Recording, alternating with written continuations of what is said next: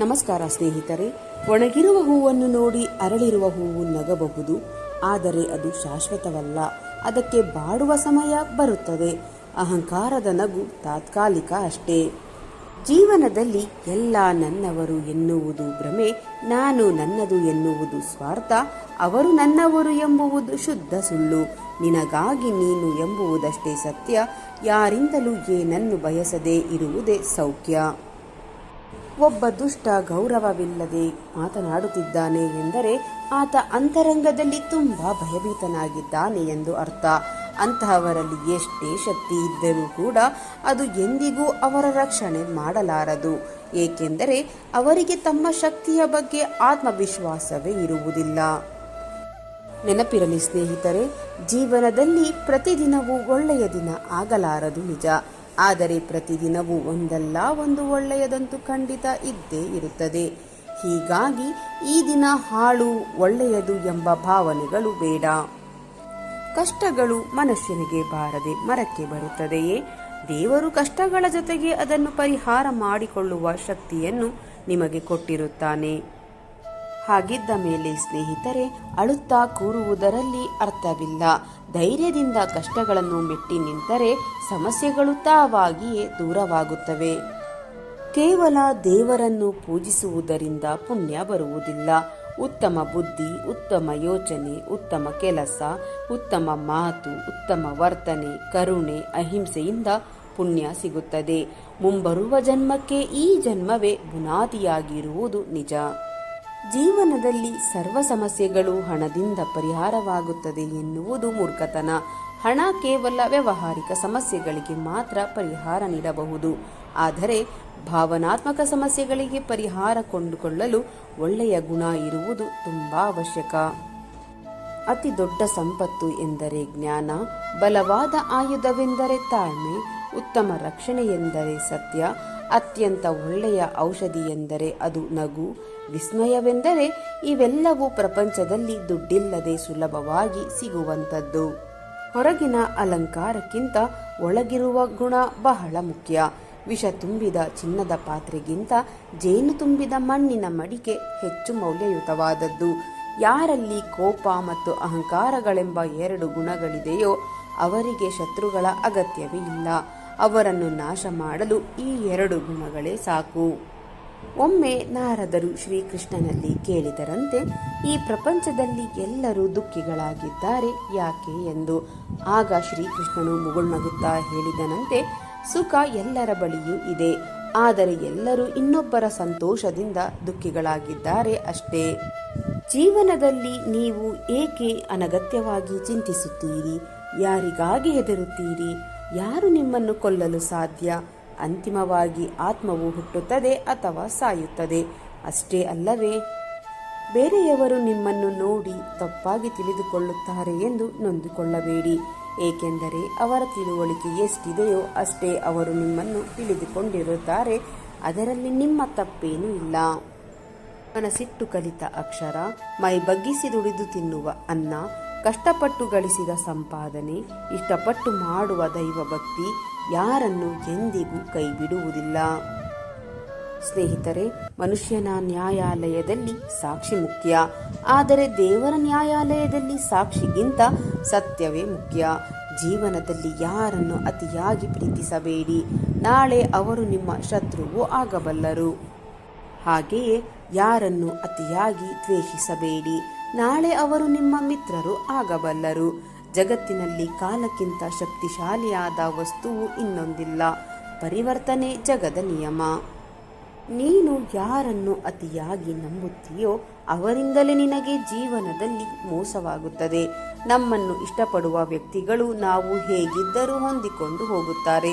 ಇಷ್ಟವೆಲ್ಲದ ವ್ಯಕ್ತಿಗಳು ನಾವು ಎಷ್ಟೇ ಹೊಂದಿಕೊಂಡು ಹೋದರೂ ದೂರವಾಗುತ್ತಾರೆ. ಹಣ ಎಂಬುವುದು ಅಪರೂಪಕ್ಕೆ ಜನರನ್ನು ಒಗ್ಗೂಡಿಸುತ್ತದೆ. ಬಹುಪಾಲು ಸಂದರ್ಭದಲ್ಲಿ ಜನರ ನಡುವೆ ಬಿರುಕನ್ನೇ ಮೂಡಿಸುತ್ತದೆ. ಗುರಿ ಇದ್ದು ಪ್ರಯತ್ನಿಸದೇ ಇದ್ದರೆ ಅದು ಬರೀ ಕನಸು. ಗುರಿ ಇಲ್ಲದೆ ಪ್ರಯತ್ನಿಸುವುದು ಸಮಯ ವ್ಯರ್ಥ. ಗುರಿ ಹಾಗೂ ಪ್ರಯತ್ನ ಎರಡೂ ಇದ್ದರೆ ನೀವು ಜಗತ್ತನ್ನೇ ಬದಲಾಯಿಸಬಹುದು. ನೆನಪಿರಲಿ ಸ್ನೇಹಿತರೆ, ಜೀವನದಲ್ಲಿ ತಡವಾಗಿ ಸಿಕ್ಕ ಯಶಸ್ಸು ವ್ಯಕ್ತಿತ್ವವನ್ನೇ ರೂಪಿಸುತ್ತದೆ. ತಕ್ಷಣವೇ ಸಿಕ್ಕ ಯಶಸ್ಸು ಅಹಂಕಾರವನ್ನು ಸೃಷ್ಟಿಸುತ್ತದೆ. ತಡವಾಗಿ ಗೆದ್ದವನು ಮೊದಲನೇ ಸಲಕ್ಕೆ ಗೆದ್ದವರಿಗಿಂತ ಚೆನ್ನಾಗಿ ಪಾಠ ಹೇಳಬಲ್ಲರು ಎಂಬುದನ್ನು ನೆನಪಿನಲ್ಲಿಡಿ. ತಾವು ಹೇಳಿದ್ದೇ ಸರಿ ಎಂದು ವಾದ ಮಾಡುವವರ ಹತ್ತಿರ ನೀವು ವಾದ ಮಾಡಬೇಡಿ. ಅವರು ನಿಮ್ಮ ಅಭಿಪ್ರಾಯವನ್ನು ಒಪ್ಪುವುದಿಲ್ಲ.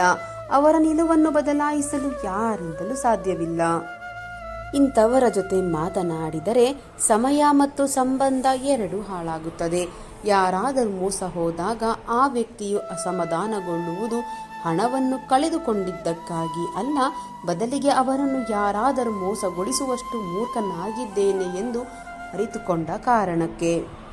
ನೊಣಗಳು ಯಾವಾಗಲೂ ನಮ್ಮ ಸುಂದರವಾದ ಇಡೀ ದೇಹವನ್ನು ಬಿಟ್ಟು ಗಾಯದ ಮೇಲೆಯೇ ಕುಳಿತುಕೊಳ್ಳುವ ಹಾಗೆ ಕೆಲವರು ನಮ್ಮಲ್ಲಿರುವ ಸದ್ಗುಣಗಳನ್ನು ತಳ್ಳಿಹಾಕಿ ಲೋಪದೋಷಗಳನ್ನು ಮಾತ್ರ ಹುಡುಕುತ್ತಾರೆ.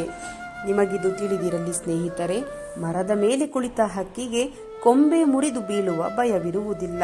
ಏಕೆಂದರೆ ಅದು ನಂಬಿರುವುದು ತನ್ನ ರೆಕ್ಕೆಗಳನ್ನೇ ಹೊರತು ಕೊಂಬೆಯನ್ನಲ್ಲ. ಹಾಗೆಯೇ ನಮ್ಮ ಸಾಮರ್ಥ್ಯದ ಮೇಲೆ ನಮಗೆ ಸದಾ ಆತ್ಮವಿಶ್ವಾಸವಿರಬೇಕು. ಜೀವನದಲ್ಲಿ ಹಣ, ಸಂಪತ್ತು, ಗೆಳೆತನ, ಬಾಂಧವ್ಯ ಇವೆಲ್ಲವನ್ನು ಕಳೆದರೂ ಬದುಕಬಹುದು. ಆದರೆ ನೆನಪಿಡಿ, ನಿಮ್ಮನ್ನೇ ನೀವು ಕಳೆದುಕೊಂಡರೆ ಬದುಕುವುದು ತುಂಬ ಕಷ್ಟ. ನಿಮ್ಮ ಕೆಲಸಕ್ಕೆ ನೀವು ತಲೆಬಾಗಿದರೆ ಬೇರೆ ಯಾರಿಗೂ ತಲೆಬಾಗುವ ಅವಶ್ಯಕತೆಯೇ ಇರುವುದಿಲ್ಲ. ಅದೇ ನಿಮ್ಮ ಕೆಲಸವನ್ನು ನೀವೇ ಕಡೆಗಣಿಸಿದರೆ ಎಲ್ಲರಿಗೂ ತಲೆಬಾಗಲೇಬೇಕಾಗುತ್ತದೆ. ಮನುಷ್ಯ ಮುಹೂರ್ತವಿಲ್ಲದೆ ಹುಟ್ಟುತ್ತಾನೆ, ಮುಹೂರ್ತವಿಲ್ಲದೆ ಸಾಯುತ್ತಾನೆ. ಆದರೆ ಜೀವನ ಪರ್ಯಂತ ಮುಹೂರ್ತದ ಬೆನ್ನು ಹತ್ತಿ ಹೋಗುತ್ತಾನೆ ಅಂತ ವಿಪರ್ಯಾಸ. ಜೀವನದಲ್ಲಿ ತೊಂದರೆ ಬಂದಾಗ ಪ್ರಾಮಾಣಿಕವಾಗಿರಿ, ಹಣ ಬಂದಾಗ ಸರಳವಾಗಿರಿ, ಅಧಿಕಾರ ಸಿಕ್ಕಾಗ ವಿನಯದಿಂದಿರಿ ಮತ್ತು ಕೋಪಗೊಂಡಾಗ ಶಾಂತವಾಗಿರಿ. ಇದನ್ನೇ ಜೀವನ ನಿರ್ವಹಣೆ ಎನ್ನುತ್ತಾರೆ. ಯಾರು ಜೀವನದಲ್ಲಿ ನಿಮಗಾಗಿ ಕಾಯುತ್ತಾರೋ ಅವರಿಗಾಗಿ ಬದುಕಿ. ಯಾರು ನಿಮಗಾಗಿ ಅಳುತ್ತಾರೋ ಅವರನ್ನು ನಗಿಸಿ. ಯಾರು ನಿಮಗಾಗಿ ಪ್ರತಿಕ್ಷಣ ಹಂಬಲಿಸುತ್ತಾರೋ ಅವರನ್ನು ಪ್ರೀತಿಸಿ. ಚಿಂತೆ ಎಂದರೆ ನೀವು ಜೀವನದಲ್ಲಿ ಮುಂಚಿತವಾಗಿ ಪಾವತಿಸುವ ಬಡ್ಡಿ. ಆದ್ದರಿಂದ ನಿಮ್ಮ ಭವಿಷ್ಯಕ್ಕಾಗಿ ಎಂದಿಗೂ ಚಿಂತಿಸಬೇಡಿ. ನಿಮ್ಮ ಪ್ರಸ್ತುತವನ್ನು ಆನಂದಿಸಿ. ಅಸಾಧಾರಣವಾದ ದಿನವನ್ನು ಹೊಂದಿರಿ. ತಿಳುವಳಿಕೆಗಿಂತ ನಡವಳಿಕೆಯೇ ತುಂಬಾ ಮುಖ್ಯ. ಏಕೆಂದರೆ ಕೆಲವೊಮ್ಮೆ ತಿಳುವಳಿಕೆ ಸೋಲಬಹುದು, ಆದರೆ ಉತ್ತಮ ನಡವಳಿಕೆ ಎಂದಿಗೂ ಸೋಲುವುದಿಲ್ಲ. ದುಡ್ಡು ಇವತ್ತಲ್ಲ ನಾಳೆ ಸಂಪಾದಿಸಬಹುದು, ಆದರೆ ಯಾವಾಗಲೂ ನಮ್ಮ ಜೊತೆ ನಿಲ್ಲುವ ವ್ಯಕ್ತಿಯನ್ನು ಕಳೆದುಕೊಂಡರೆ ಮತ್ತೆ ಸಂಪಾದಿಸಲು ಸಾಧ್ಯವಿಲ್ಲ. ನಿನ್ನ ಜೀವನದಲ್ಲಿ ನಿನ್ನನ್ನು ಕೀಳಾಗಿ ಕಾಣುವವರು ಯಾರೇ ಇರಲಿ ಅವರಿಂದ ದೂರವಿರು.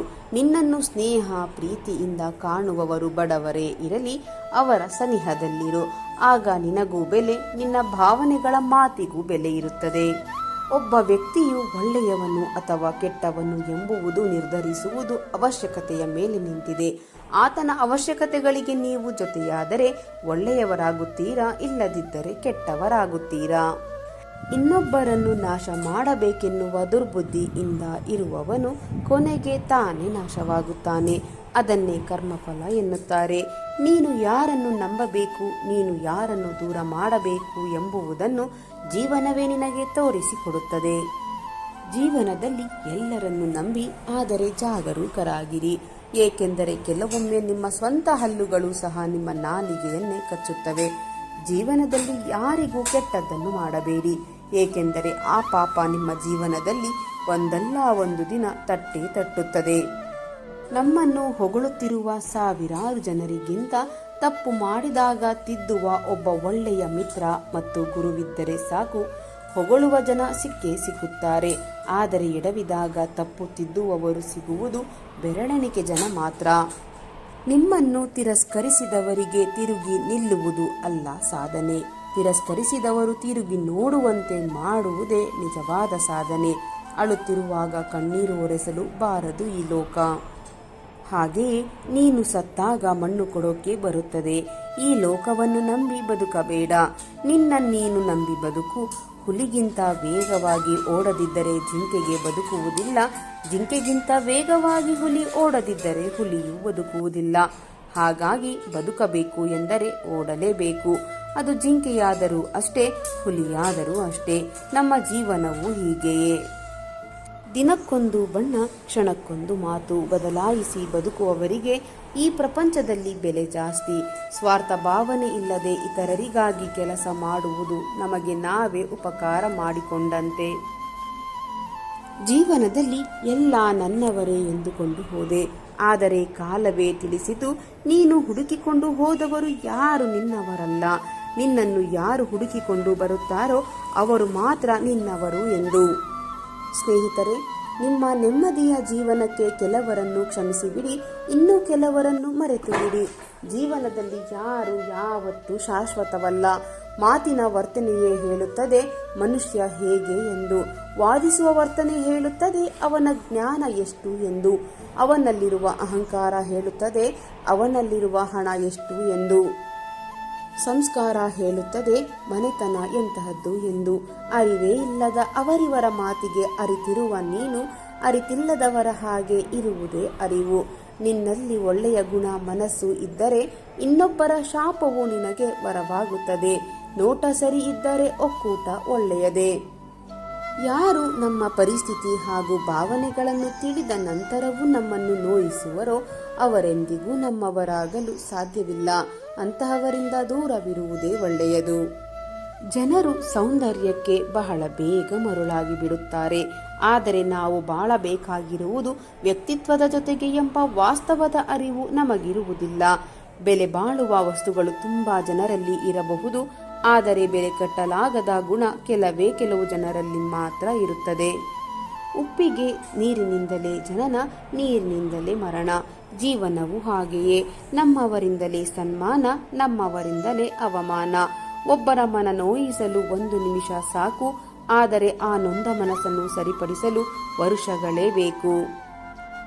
ನಮಗೆ ನೋವು ನೀಡುವವರನ್ನು ದೂರ ಮಾಡುವುದು ಬಲಹೀನತೆಯಲ್ಲ, ಅದು ಆತ್ಮ ಸಂರಕ್ಷಣೆಯ ಸಂಕೇತ. ನಿಮ್ಮ ಮನಸ್ಸಿನ ಶಾಂತಿ, ನಿಮ್ಮ ಆರೋಗ್ಯ, ನಿಮ್ಮ ಬದುಕು ಇದಕ್ಕಿಂತ ಮುಖ್ಯವಾದದ್ದು ಜೀವನದಲ್ಲಿ ಬೇರೇನೂ ಇಲ್ಲ. ನೆನಪಿರಲಿ ಸ್ನೇಹಿತರೆ, ಜೀವನದಲ್ಲಿ ಒಬ್ಬ ಉತ್ತಮ ಗುರು ತನ್ನ ಶಿಷ್ಯರಿಂದಲೇ ಕಂಡುಹಿಡಿಯಲ್ಪಡುತ್ತಾನೆ. ಯಾವ ಶಿಷ್ಯ ಗುರುವಿಗಿಂತ ಮುಂದೆ ಹೋಗುತ್ತಾನೋ ಅವನೇ ಉತ್ತಮ ಗುರು. ನೀವು ಸುಂದರವಾಗಿದ್ದರೆ ಅದು ನಿಮ್ಮ ತಂದೆ ತಾಯಿಯ ಉಡುಗೊರೆ. ನೀವು ನಿಮ್ಮ ಜೀವನವನ್ನು ಸುಂದರ ಮಾಡಿಕೊಂಡರೆ ಅದು ನೀವು ನಿಮ್ಮ ತಂದೆ ತಾಯಿಗೆ ಕೊಡುವ ಉಡುಗೊರೆ. ಜೀವನ ಎನ್ನುವುದು ನೋಡುವವರ ದೃಷ್ಟಿಕೋನದ ವಿಚಾರ. ನಿಮ್ಮನ್ನು ಅರಿಯುವವರು ಹಲವರು ಇರಬಹುದು, ಆದರೆ ನಿಜವಾಗಿಯೂ ನಿಮ್ಮನ್ನು ಅರಿಯುವವರು ಕೆಲವೇ ಜನ ಮಾತ್ರ. ಒಬ್ಬ ವ್ಯಕ್ತಿಯು ಯಾವಾಗಲೂ ಇಬ್ಬರಿಗೆ ಸೋಲುತ್ತಾನೆ. ಒಬ್ಬರು ಅವನ ಕುಟುಂಬದಿಂದ ಮತ್ತು ಇನ್ನೊಬ್ಬರು ಅವನ ಆಯ್ಕೆಯ ವ್ಯಕ್ತಿಯಿಂದ. ನಿನ್ನವರು ಬದಲಾಗಿ ನಿನ್ನನ್ನು ಒಬ್ಬಂಟಿಯಾಗಿ ಬಿಟ್ಟು ಹೋದಾಗ ಒಬ್ಬನೇ ಬದುಕಲು ಸಿದ್ಧನಾಗಿರು. ಇವತ್ತಿಗೆ ನೀನು ಅವರಿಗೆ ಬೇಕಾಗಿದ್ದೀಯಾ, ನಾಳೆ ನೀನು ಅವರಿಗೆ ಬೇಡವಾಗಬಹುದು. ಇದೇ ನಿಜವಾದ ಜೀವನ. ಒಳ್ಳೆಯ ಸಂಬಂಧಗಳನ್ನು ಪ್ರೀತಿ ಕೊಟ್ಟು ಉಳಿಸಿಕೊಳ್ಳಿ, ಕೆಟ್ಟ ಸಂಬಂಧಗಳನ್ನು ಮೌನವಾಗಿದ್ದು ಕಳೆದುಕೊಳ್ಳಿ. ಸ್ನೇಹಿತರೆ, ಇಂದಿನ ಈ ವಿಡಿಯೋ ನಿಮ್ಮ ಮನಸ್ಸಿಗೆ ಸ್ವಲ್ಪವಾದರೂ ಪ್ರೇರಣೆ ನೀಡಿದರೆ ವಿಡಿಯೋಗೆ ಒಂದು ಲೈಕ್ ಮಾಡಿ, ಶೇರ್ ಮಾಡಿ. ನಿಮ್ಮ ಅಭಿಪ್ರಾಯವನ್ನು ಕಮೆಂಟ್ ಬಾಕ್ಸ್ನಲ್ಲಿ ಹಂಚಿಕೊಳ್ಳಿ. ನನ್ನ ಪ್ರಯತ್ನ ನಿಮಗೆ ಇಷ್ಟವಾಗಿದ್ದರೆ ದಯವಿಟ್ಟು ಈಗಲೇ ನನ್ನ ಚಾನಲನ್ನು ಸಬ್ಸ್ಕ್ರೈಬ್ ಮಾಡಿಕೊಳ್ಳಿ. ಮತ್ತೆ ಮುಂದಿನ ವಿಡಿಯೋದಲ್ಲಿ ಇದೇ ರೀತಿಯ ಹೊಸ ಮೋಟಿವೇಶನಲ್ ಮಾಹಿತಿಯೊಂದಿಗೆ ಭೇಟಿಯಾಗೋಣ.